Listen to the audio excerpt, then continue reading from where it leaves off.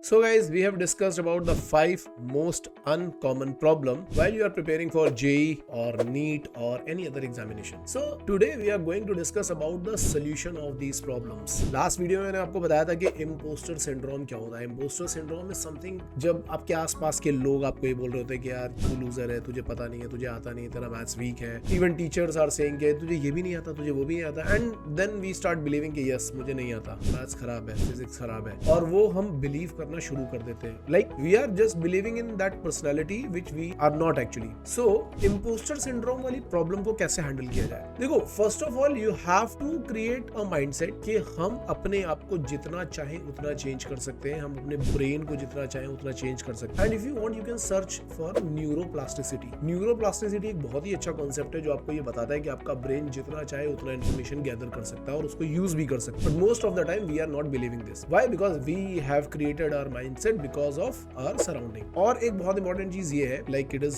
अ huge research जिसके according ये बताया गया है, you are always an average of 6 persons around you. आपके आसपास जो 6 लोग हैं आप हमेशा उनका एवरेज रहोगे. अगर 6 लोग आपको ये बोल रहे हैं कि you are not good enough, you are not good enough, तो आप यही बिलीव करने लगोगे. और अगर 6 लोग ऐसा बोलेंगे कि नहीं you are good enough, you can beat this competition, you can compete well, you can fight well, तो तुम वो करना शुरू कर दोगे. So this is the thing. तो अगर आपको इस प्रॉब्लम का सोल्यूशन निकालना है ना, तो फर्स्ट ऑफ ऑल अपने आसपास का जो नेटवर्क है उसको चेंज कर दो. That is the most important thing.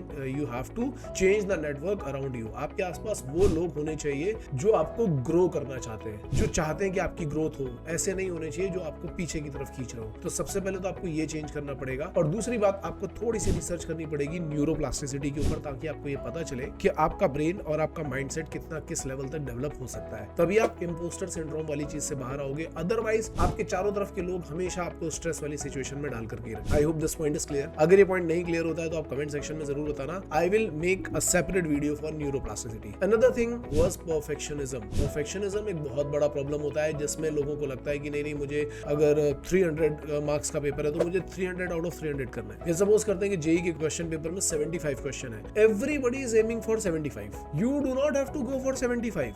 Just think about it कि आउट ऑफ 75 कितने क्वेश्चन कर लेंगे तो हमारा सिलेक्शन हो जाएगा. Suppose out of 75 if we are doing 20 or 25 questions and we are getting selected in JEE Mains, that means your speed or your target should be, initial target should be 20 to 25 question. अब वहां पे perfectionism के लिए मत जाओ. और अगर आप 20 to 25 questions के लिए जाओगे तो ये कोई बहुत बड़ी चीज नहीं है. सपोज कर लेते हैं, हम ये मान के चलते हैं कि आपका IQ काफी खराब है. काफी खराब इन द सेंस कि आप बिलो एवरेज पे चल रहे हो, and out of 75 within 3 hours you are only attempting 15 questions or you are doing 15 questions right, suppose. So अब आपको करना है कि आपको 15 to 25 पहुंचना है ना, तो इसको स्लोली आगे लेकर के जाओ. 15 के बाद में क्या करो, 15 से 18 टारगेट करो. Now your new target is 18 questions and nothing else. उस पेपर में 18 करेक्ट क्वेश्चन करने के बाद कुछ करना ही नहीं है. देन अगर आपके 18 करेक्ट क्वेश्चन हो जाते हैं सपोज 1-2 टेस्ट के बाद, then try for 21 questions. You just have to search 21 question in the whole paper. पूरा मैथ्स, फिजिक्स, केमिस्ट्री चेक करो. इवन नीट में होगे तो बायो चेक करो और देखो कि कहां पे कट ऑफ है. मतलब मैं एक जेईई का एक रेफरेंस लेकर के बता रहा हूं. तो अगर हम जेईई का रेफरेंस लेते हैं और आपको क्या करना है, मैथ, फिजिक्स, केमिस्ट्री में just have to search 21 question. It may be possible कि 7 in physics, 7 in math, 7 in chemistry, और थोड़ा बहुत इधर भी होगा तो चलेगा. किसी एक सब्जेक्ट के कम है, किसी दूसरे सब्जेक्ट के ज्यादा है, that is okay, but go for 21 question. When you are achieving this 21 का target, then you should go for 24 question. 3 question बढ़ाओ. Go for 24 questions, then go for 27, then go for 30. हम क्या करते हैं, डे 1 पे हमें 75 के 75 चाहिए. और होता क्या है कि जब आप टारगेट करते हो 75 and you are getting only 15 correct, तो आपका जो टारगेट है वो यहाँ पे और आपका जो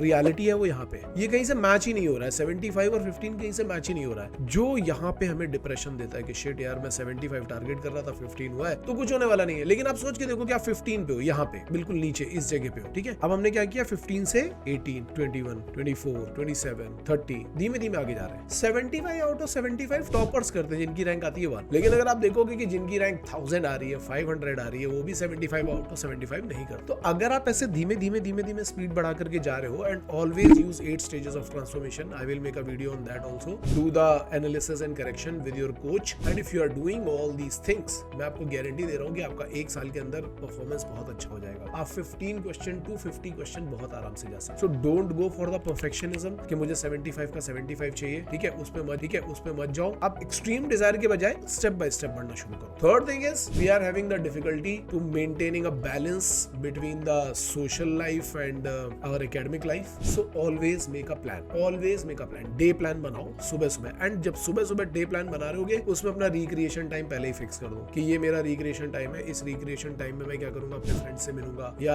अगर आप गिटार प्ले करते हो तो गिटार प्ले करोगे, ड्रमर हो तो ड्रम बजाओ, फुटबॉल खेलते हो तो फुटबॉल खेलने जाओ, जो भी करते हो वो करो। And be socialize, try to be socialize. लोगों से मिलने की कोशिश करो, बहुत ज्यादा लोगों से नहीं, और खासतौर से उन लोगों से नहीं जो आपकी नीचे खींचने की कोशिश कर रहे हैं, उन लोगों से मिलने की कोशिश करो जो आपको ऊपर ले जाना चाहते, क्योंकि उनके थॉट्स आपके लिए बहुत ज्यादा हेल्पफुल होंगे। सो अपना पूरा का पूरा दिन प्लान करो, उसमें ये वाले टाइम स्लॉट जरूर रखो जहां पे आप अपने दोस्तों से मिलोगे, खासतौर से उन दोस्तों से उनको आप अकाउंटेबिलिटी पार्टनर बोल सकते हो, या उनमें से किसी को बना सकते हो, या अपने कोचेस से मिल सकते हो। इवन सोशल मीडिया पे भी जा रहे हो तो उन लोगों को देखो जो इन्फ्लुएंसर से अच्छे, जो आपको आगे ले जाने की बात करते हैं, ठीक है, जो आपको अच्छी एडवाइस दे रहे हो, उन लोगों को देखने की कोशिश करो instead of watching all these reels and shorts and funny things. उसको आप इग्नोर कर सकते हो। नेक्स्ट है फिजिकल हेल्थ इशू। बहुत सारे लोगों को ये प्रॉब्लम होती है, क्योंकि मैंने पहले ही बताया कि जब आप दिन भर पढ़ रहे होगे तो ये फिजिकल हेल्थ इश्यूज आने शुरू हो जाते हैं। That is for sure. Add some exercise. अब एक्सरसाइज में लोगों को लगता है कि मुझे 2 घंटे जिम करनी चाहिए। नो, ऐसा नहीं है। आपको 2 घंटे जिम करने की जरूरत नहीं है। आप सिंपल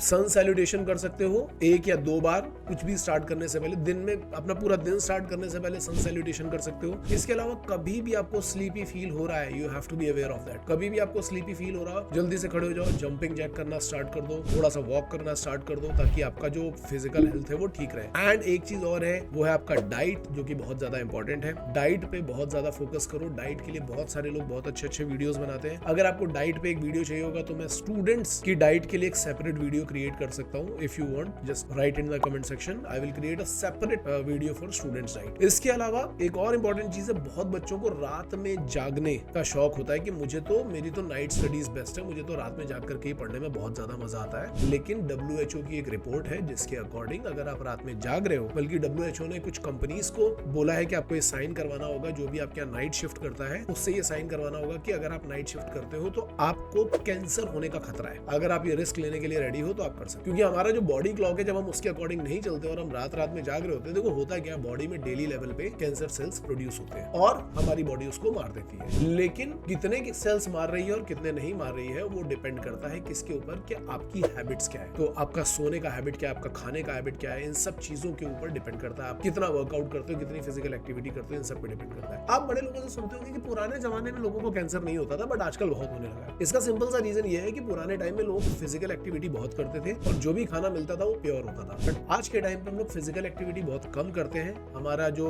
वर्क लाइफ बैलेंस है वो बर्बाद हो चुका है। नाइट लाइफ में हम ज्यादा बिलीव करते हैं और जो फूडिंग है वो काफी खराब हो चुकी है, जिसकी वजह से आजकल बहुत लोगों को कैंसर हो जाता है। सो मेरा सजेशन ये है कि अभी से इन सब चीजों के ऊपर काम करना शुरू कर दो। And the one most important thing, that is lack of emotional intelligence. बहुत लोगों को पता ही नहीं होता है कि हमारे EQ का हमारे रिजल्ट पे बहुत ही ज्यादा इंपॉर्टेंट रोल होता है। सब लोग IQ में लगे रहते हैं कि मैं कितने मैथ्स के क्वेश्चन कर लूं, मैं कितनी मैथ्स की बुक सॉल्व कर लूं, मैं कितनी फिजिक्स की बुक सॉल्व कर लूं, मैंने HC वर्मा कर लिए, एरोडोव कर लिए, क्रोटोव, पोपोव, ये सब कर डाला है, अब मेरा फिजिक्स का पेपर अच्छा हो जाएगा। ऐसा कुछ नहीं होने वाला है। ठीक है, आप 50 बुक सॉल्व कर लो, लेकिन ड्यूरिंग द एग्जामिनेशन आपके इमोशंस मैटर करते हैं। आपको कितना फियर आ रहा है, आप उस फियर को कैसे हैंडल कर रहे हो, आप अपने प्रेशर को कैसे हैंडल कर पा रहे हो, इन सारी चीजों की वजह से ही आपका एग्जाम अच्छा या खराब होता है। नो डाउट IQ का बहुत इंपॉर्टेंट रोल है, बट EQ का और भी ज्यादा इंपॉर्टेंट रोल है। मैंने ऐसे बच्चे भी देखे हैं जो through out the year all over India top 10 की रैंक में थे, लेकिन ड्यूरिंग द एग्जाम वो ब्लैंक आउट हो गए, 10 क्वेश्चन मैथ्स में गलत कर दिए और फिर उसके बाद उनका रैंक 700-800 के आसपास आया। ठीक है, but yes it is a good rank, but